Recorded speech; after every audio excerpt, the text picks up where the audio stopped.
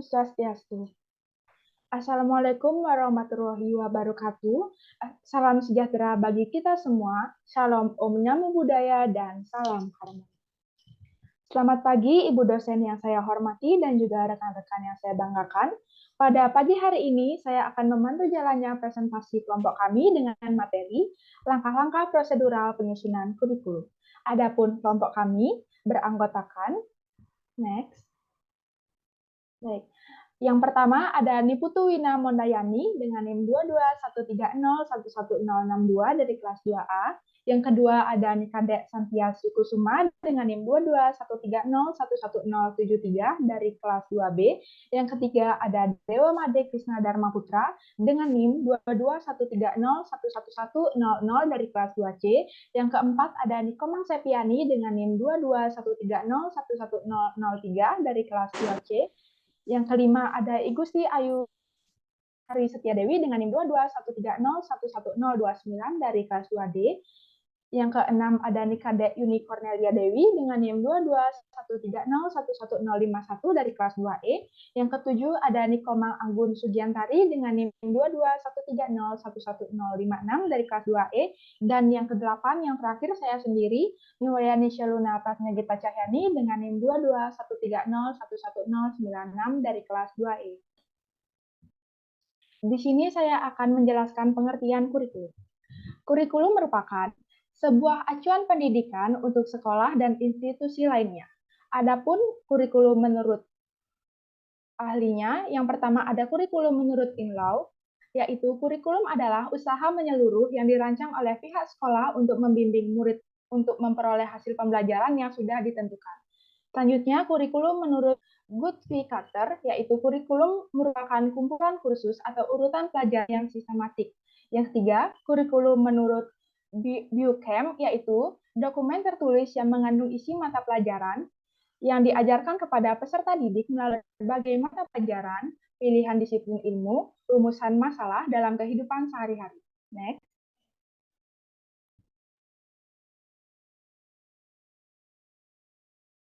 Selanjutnya, adapun fungsi kurikulum.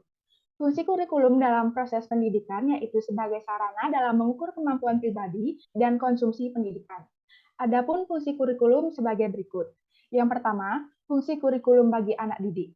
Fungsi kurikulum bagi anak didik sebagai organisasi pengetahuan belajar dan yang disusun dan disiapkan kepada peserta didik sebagai salah satu pengguna dan dapat diharapkan mereka dapat mendapatkan sejumlah pengetahuan yang baru dan kelak akan dapat mereka sambungkan seirama dengan perkembangannya. Yang kedua ada fungsi kurikulum bagi pendidik. Guru sebagai pendidik telah dipersiapkan secara formal dalam lembaga pendidikan keguruan.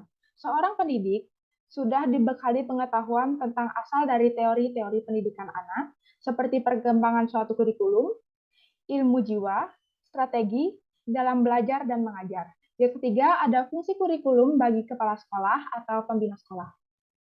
Kepala sekolah adalah administrasi tertinggi dan pengontrol yang memiliki tanggung jawab kepada kurikulum. Fungsi dari kurikulum kepada sekolah atau kepada pembina adalah untuk pedoman dalam mengadakan fungsi survei, yaitu membenahi situasi dalam belajar. Yang kedua, untuk pedoman dalam melakukan fungsi survei, untuk menciptakan situasi dalam belajar ke arah yang lebih baik. Yang ketiga, sebagai seorang administrator, kurikulum dijadikan sebagai pedoman untuk meningkatkan kurikulum pada masa yang akan datang. Dan terakhir, untuk pedoman dalam melakukan evaluasi dalam kemajuan belajar dan mengajar. Yang keempat, ada fungsi kurikulum bagi orang tua, di mana bantuan dari orang tua murid dalam meningkatkan kualitas pendidikan diperlukan dengan baik berupa konsultasi langsung dengan pendidik tentang masalah yang ada hubungannya dengan peserta didik. Yang kelima, ada fungsi kurikulum bagi sekolah tingkat di atasnya. Fungsi kurikulum ini dibagi menjadi dua. Yang pertama, ada pemeliharaan keseimbangan proses pendidikan. Kedua, ada penyiapan tenaga baru. Dalam pemeliharaan keseimbangan proses pendidikan, tinjauan kurikulum yang dipakai oleh sekolah pada tingkat di atasnya bisa melakukan untuk kurikulumnya, yaitu ada dua. Yang pertama, jika sebagian kurikulum sekolah yang bersangkutan sudah diajarkan, Pada sekolah yang berada di bawahnya, sekolah sudah bisa meninjau kembali dan itu atau tidaknya kurikulum tersebut pakai. Yang kedua, jika kreativitas tertentu yang diperlukan untuk mempelajari kurikulum sekolah belum dikerjakan sekolah yang berada di bawahnya, maka sekolah pasti dapat mempertimbangkan masuknya program tentang kreativitas ini ke dalam kurikulumnya. Selanjutnya kita membahas tentang baru. Yang pertama, kurikulum juga memiliki fungsi untuk menyiapkan pendidik. Jika sekolah atau lembaga pendidikan bertujuan menghasilkan tenaga guru atau LPTK, maka lembaga tersebut harus mengetahui kurikulum sekolah tingkat di bawahnya, yaitu tempat calon guru yang dipersiapkan akan mengajar. Terakhir, terdapat fungsi kurikulum bagi masyarakat dan pemakai lulusan sekolah, di mana sekolah mempersiapkan untuk terjun di kalangan masyarakat sebagai pekerja yang sesuai dengan keterampilan dan profesi yang dimilikinya. Dengan demikian, kurikulum sekolah haruslah mengetahui atau bisa mencerminkan hal yang menjadi kebutuhan masyarakat atau pemakai sekolah. Untuk hal itu, perlu adanya kerjasama antara pihak sekolah dengan pihak luar untuk hal perbaikan kurikulum yang diharapkan. Maka, masyarakat pemakai lulusan sekolah dapat memberikan bantuan, kritik atau saran yang berguna bagi penyempurnaan pendidikan di sekolah. Akibatnya, walaupun semakin banyak tenaga kerja, sudah pasti tidak dapat mengisi lapangan pekerjaan yang sudah tersedia karena keterampilan atau kreativitas yang dimilikinya belum sesuai dengan apa yang dibutuhkan di lapangan pekerjaan tersebut. Selanjutnya akan dijelaskan oleh rekan saya. Terima kasih. Baik, materi selanjutnya akan dibawakan oleh saya yaitu tujuan kurikulum. Kurikulum pada suatu sekolah merupakan usaha untuk mencapai tujuan dari pendidikan yang diinginkan, yang dianggap cukup tepat dan krusial untuk dicapai. Tujuan pengembangan kurikulum pada hakikatnya adalah tujuan dari setiap program pendidikan yang diberikan kepada peserta didik.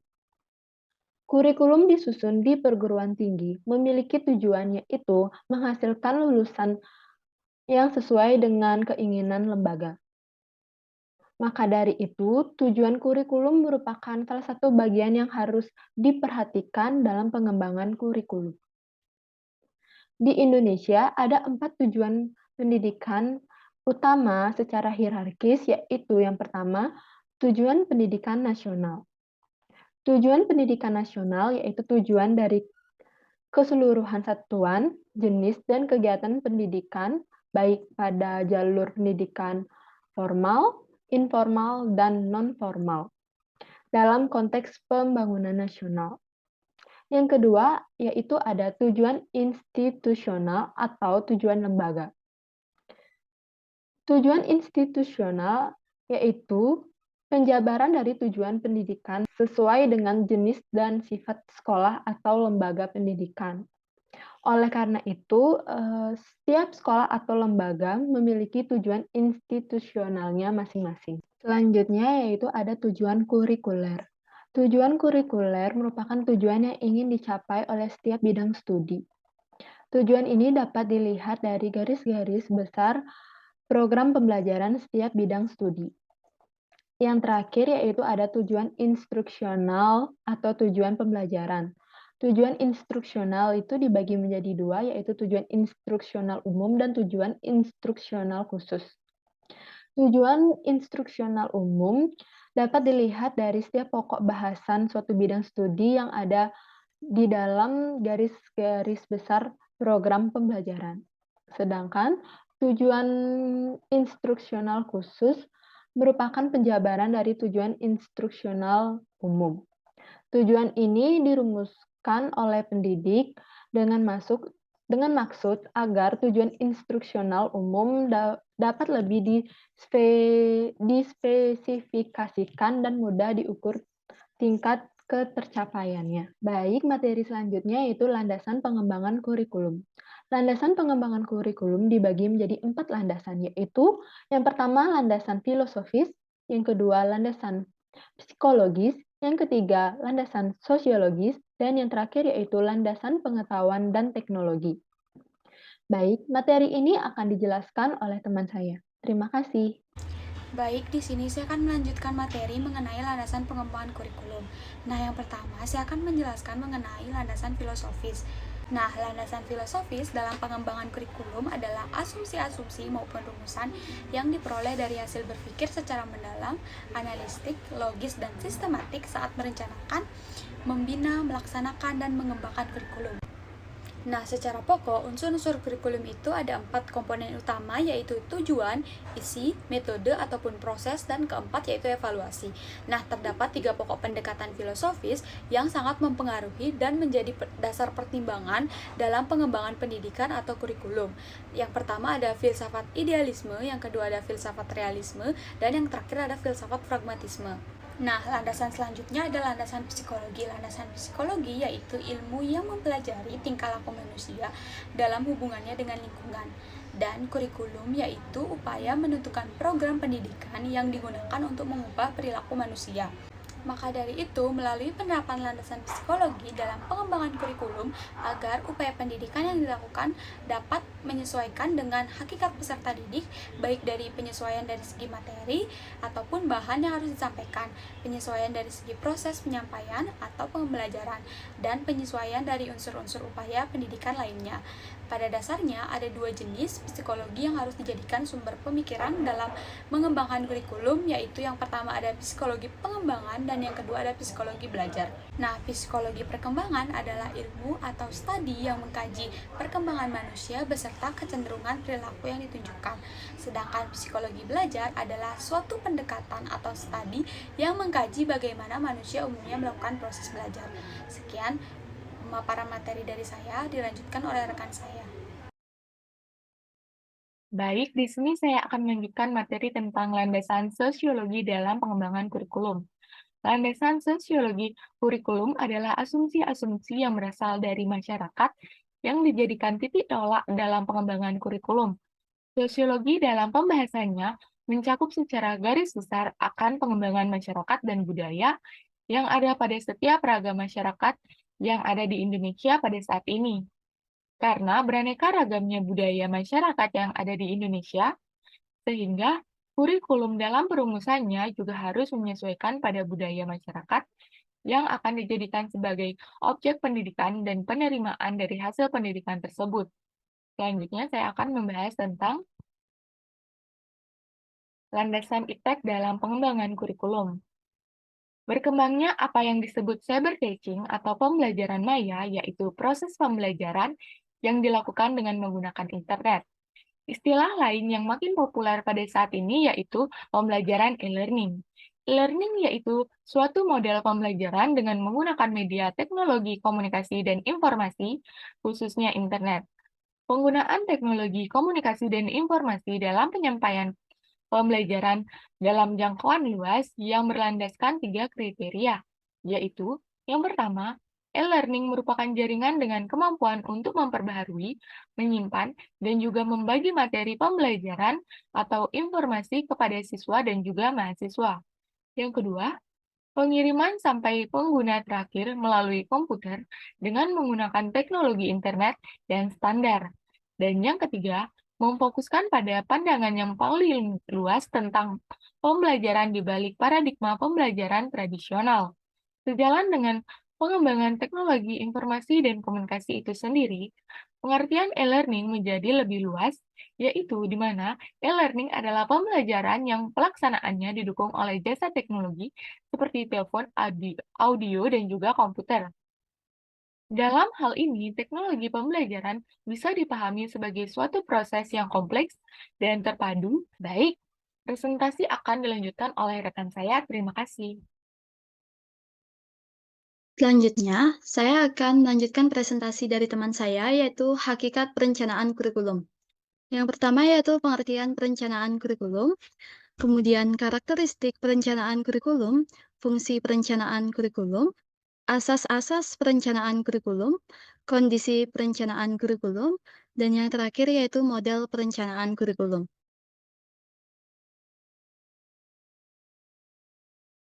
Pengertian perencanaan kurikulum. Nah, perencanaan kurikulum merupakan sebuah proses yang dilakukan oleh para perencana untuk mengambil bagian pada berbagai level pembuat keputusan mengenai tujuan pembelajaran yang seharusnya bagaimana tujuan dapat direalisasikan melalui proses belajar dan mengajar. Tujuan tersebut memang tepat dan efektif. Jadi, dapat disimpulkan bahwa perencanaan kurikulum merupakan suatu proses di mana para perencana membuat keputusan tentang tujuan pembelajaran, bagaimana tujuan dapat direalisasikan melalui proses belajar dan mengajar, serta menelaah keefektifan tujuan pembelajaran tersebut. Kemudian, ada karakteristik perencanaan kurikulum. Dalam perencanaan kurikulum, terdapat beberapa karakteristik yang harus diperhatikan.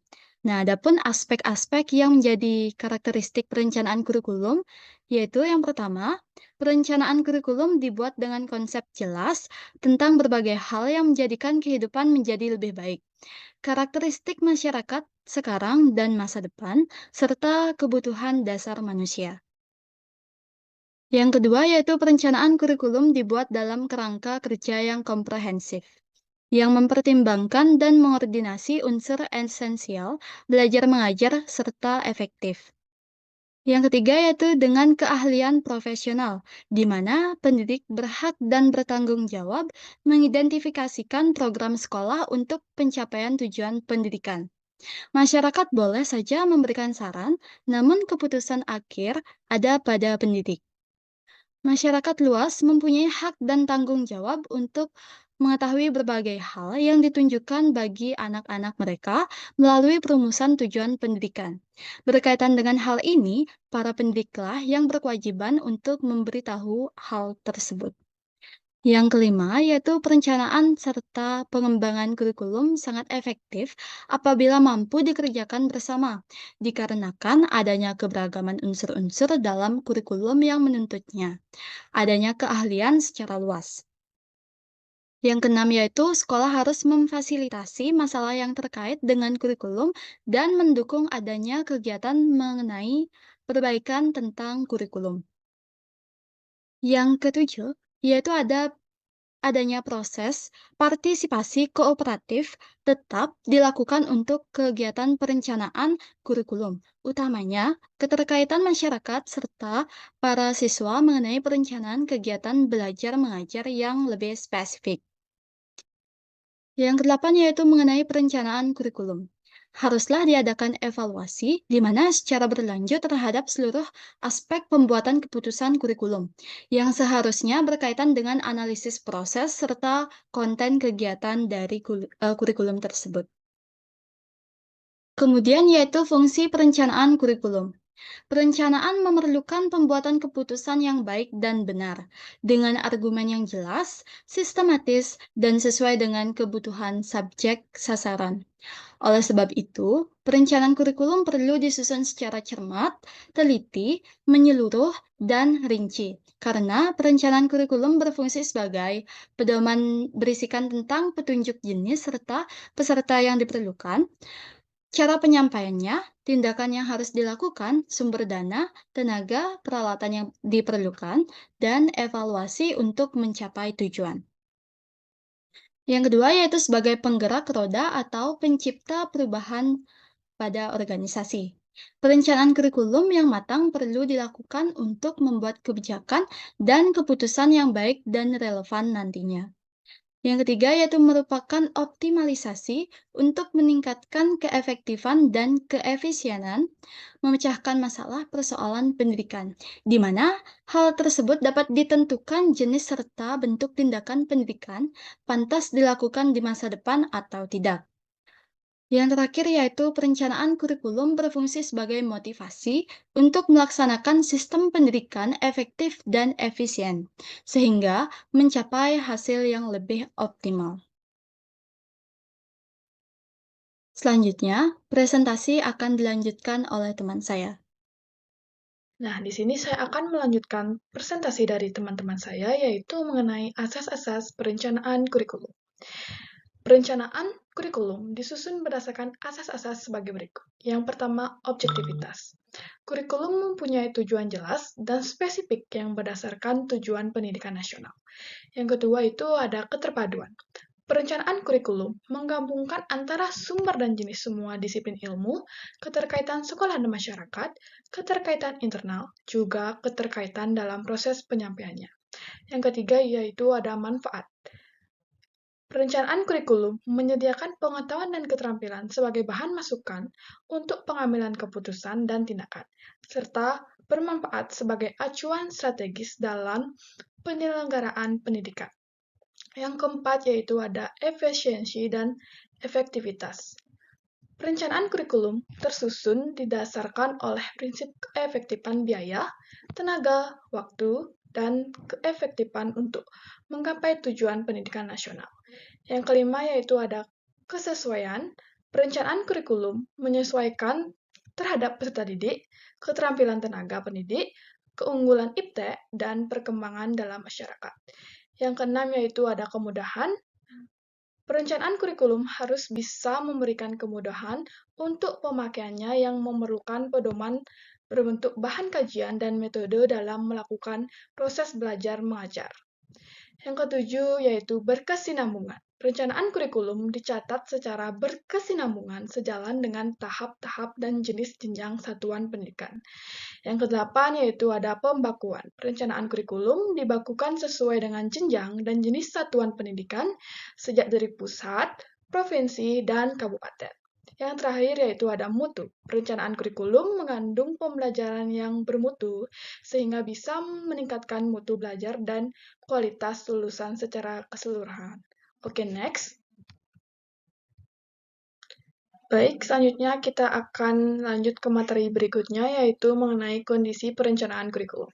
JGON berpendapat bahwa dalam melakukan perencanaan kurikulum secara profesional terdapat dua kondisi atau faktor yang perlu ditekankan dan dianalisis, yaitu yang pertama, kondisi sosiokultural.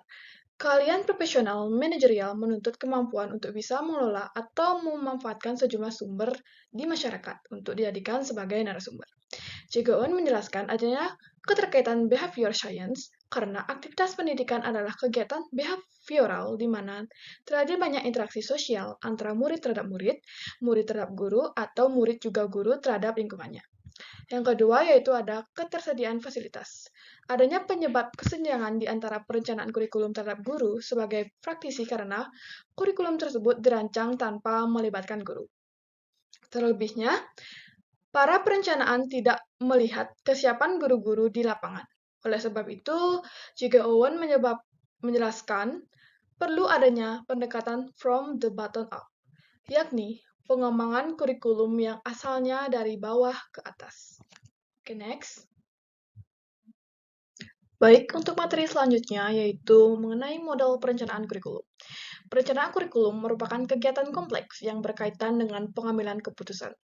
Terkait terhadap model-model pembuatan keputusan, sehingga perlu adanya rumusan model perencanaan yang rasional, yaitu informasi mengenai proses mata pelajaran, lingkungan, siswa, dan capaian belajar. Beberapa model perencanaan yaitu yang pertama, rasional deduktif atau rasional Taylor. Model ini bertumpu pada logika untuk merangkai program kurikulum dan bertumpu terhadap tujuan yang spesifik, tetapi cenderung mengabaikan masalah dalam lingkungan kerja. Yang kedua yaitu ada interaktif rasional atau the rational interactive model. Model ini cukup sering dinamai model situasional karena menekankan pada aspek kurikulum yang tidak memuaskan dan inisiatif pada tingkat sekolah. Yang ketiga yaitu ada the disciplinous model. Perencanaan model ini menitik beratkan pada guru-guru. Mereka sendiri yang merencanakan kurikulum berdasarkan pertimbangan sistematik tentang relevansi pengetahuan filosofis. Yang terakhir yaitu ada model tanpa perencanaan atau non-planning model. Model ini berlandaskan tentang berbagai pertimbangan intuitif antara guru-guru di suatu kelas sebagai bentuk pengambilan keputusan. Nah, model-model perencanaan kurikulum ini sesungguhnya merupakan tipe-tipe yang ideal dan bukan model-model perencanaan kurikulum aktual. Perencanaan kurikulum pada dasarnya memuat keempatnya, tetapi dalam membedakan setiap bagiannya, perlu dilakukan analisis variabel bermakna untuk praktek perencanaannya. Sekian presentasi dari saya, untuk selanjutnya akan dilanjutkan oleh rekan saya. Terima kasih. Terima kasih atas kesempatan yang telah diberikan kepada saya. Selanjutnya saya akan menjelaskan mengenai langkah-langkah prosedural dalam penyusunan kurikulum. Dibagi menjadi dua, yaitu yang pertama ada langkah-langkah prosedural dalam penyusunan kurikulum tingkat satuan pendidikan atau KTSP, dan yang kedua ada langkah-langkah prosedural dalam penyusunan kurikulum 2013 dengan standar nasional. Next. Yang pertama adalah langkah-langkah prosedural dalam penyusunan kurikulum tingkat satuan pendidikan atau KTSP, yaitu yang pertama ada komponen kurikulum. Dalam penyusunan kurikulum tingkat satuan pendidikan atau KTSP, haruslah terdapat komponen-komponen kurikulum, yaitu yang pertama ada visi dan misi satuan pendidikan, yang kedua tujuan kurikulum tingkat satuan pendidikan, yang ketiga menyusun kalender pendidikan, yang keempat struktur muatan kurikulum tingkat satuan pendidikan atau KTSP, yang kelima silabus, dan terakhir yang keenam yaitu rencana pelaksanaan pembelajaran atau RPP. Next. Yang kedua, ada mekanisme penyusunan kurikulum tingkat satuan pendidikan atau KTSP.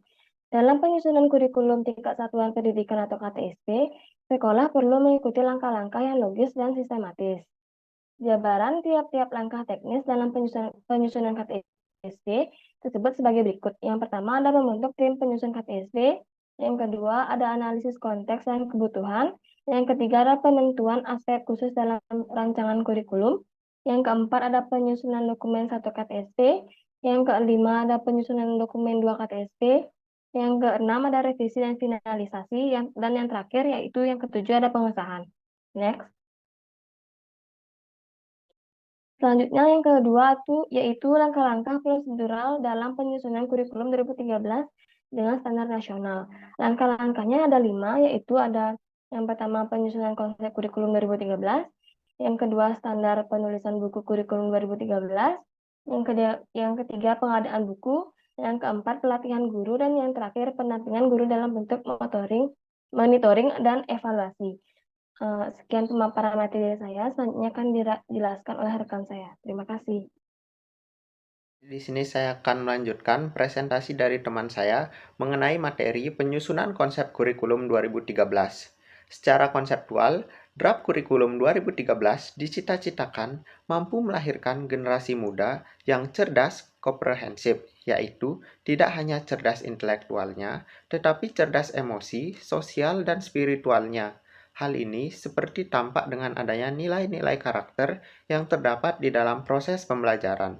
Oleh karena itu, kurikulum 2013 memiliki sifat yang dinamis, di mana harus melakukan perubahan dan pengembangan secara sistematis dan terarah supaya dapat menyesuaikan dengan adanya perkembangan zaman.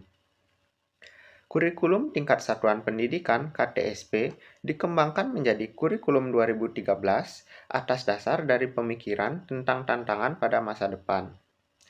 Penyusunan dari kurikulum 2013 didasari dari konsep penyempurnaan dari kurikulum sebelumnya, yaitu kurikulum berbasis kompetensi KBK 2004 dan kurikulum tingkat satuan pendidikan KTSP 2006. Kurikulum 2013 adalah kurikulum yang berbasis pengembangan kompetensi pada siswa. Kurikulum berbasis kompetensi adalah pengembangan kurikulum yang diarahkan kepada pencapaian kompetensi seperti yang telah dirumuskan dalam standar kompetensi lulusan. Standar kompetensi lulusan ini akan disempurnakan dan dikembangkan berdasarkan keadaan global saat ini, di mana globalisasi sudah ada di seluruh dunia.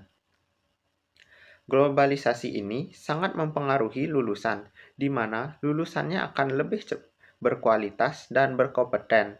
Hal ini ditekankan dalam kurikulum 2013 dengan konsep pendekatan dalam penyusunan standar kompetensi lulusan yang sesuai dengan kebutuhan di masa saat ini.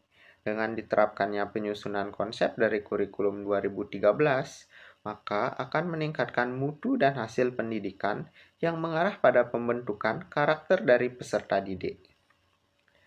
Konsep pembelajaran kurikulum 2013 mengarah ke proses pengembangan peserta didik menjadi pribadi dan warga negara yang beriman, produktif, kreatif, inovatif, afektif, serta dapat berkontribusi pada kehidupan masyarakat, berbangsa, bernegara, dan peradaban dunia sebagai hasil dari sinergi antara pendidikan yang berlangsung di sekolah, keluarga, maupun di masyarakat. Kemudian, materi selanjutnya adalah standar penulisan buku kurikulum 2013.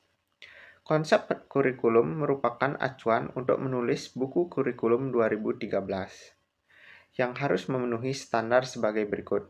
Yang pertama, dalam penulisan buku kurikulum 2013, buku ditulis berdasarkan pada konsep kurikulum, yaitu kompetensi inti, kompetensi dasar, dan silabus.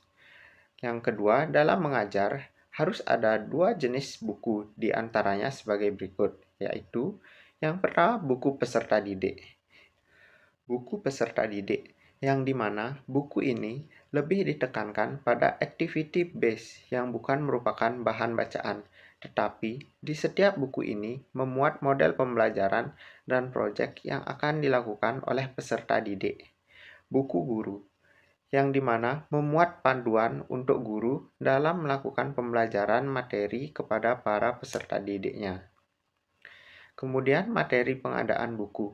Dalam pengadaan buku K13 harus mengikuti aturan sebagai berikut. Yang pertama, penyediaan anggaran biasanya harus disertakan data siswa. Kedua, pengadaan buku oleh sekolah harus sesuai dengan dokumen pengadaan buku. Ketiga, penerimaan buku oleh sekolah harus sesuai dengan jadwal saat penerimaan di awal semester. Keempat, pembagian buku ke peserta didik. Selanjutnya adalah pelatihan guru. Pelatihan guru yang akan melaksanakan kurikulum 2013 dilakukan sebelum kurikulum 2013 dilaksanakan. Pelatihan ini menjadi prinsip utama implementasi, di mana para guru atau pendidik di wilayah sekolah terkait yang akan mengimplementasikan kurikulum merupakan seorang guru yang sudah terlatih. Sebelum dilakukannya pelatihan, guru harus mempersiapkan penyediaan anggaran, persiapan pelatihan, penyediaan infrastruktur, serta sasaran dari pelatihan guru. Dengan demikian, ketika kurikulum 2013 dilaksanakan, seluruh guru yang ada di Indonesia sudah mendapatkan pelatihan untuk melaksanakan kurikulum. Kemudian materi selanjutnya, pendampingan guru dalam bentuk monitoring dan evaluasi. Kurikulum 2013 menghindari pelatihan yang dinamakan one-shot training sebagai strategi pelatihan yang dilakukan oleh para guru akan diikuti dengan monitoring dan evaluasi sepanjang pelaksanaan, paling tidak dari tahun pertama sampai tahun ketiga pelaksanaan kurikulum. Di akhir tahun ketiga, diharapkan untuk masalah tentang pelaksanaan kurikulum 2013 yang dihadapi para pelaksananya tidak lagi merupakan masalah mendasar, dan kurikulum 13 sudah bisa dilaksanakan sebagaimana seharusnya. Dalam pendampingan ini, guru bisa dikatakan sama dengan pelatihan guru yang memerlukan penyediaan anggaran, penyiapan guru pendamping, pelaksanaan pendampingan, serta pelaksanaan pembelajaran. Kemudian evaluasi, di mana evaluasi yang perlu dipersiapkan yaitu penyediaan anggaran, penyiapan petugas evaluasi, pelaksanaan evaluasi, serta tindak lanjut evaluasi. Sekian pemaparan materi dari kelompok kami. Apabila terdapat kesalahan baik yang disengaja maupun yang tidak disengaja, kami mohon maaf. Kami akhiri dengan Parama Santi. Om Santi Santi Santi Om. Terima kasih.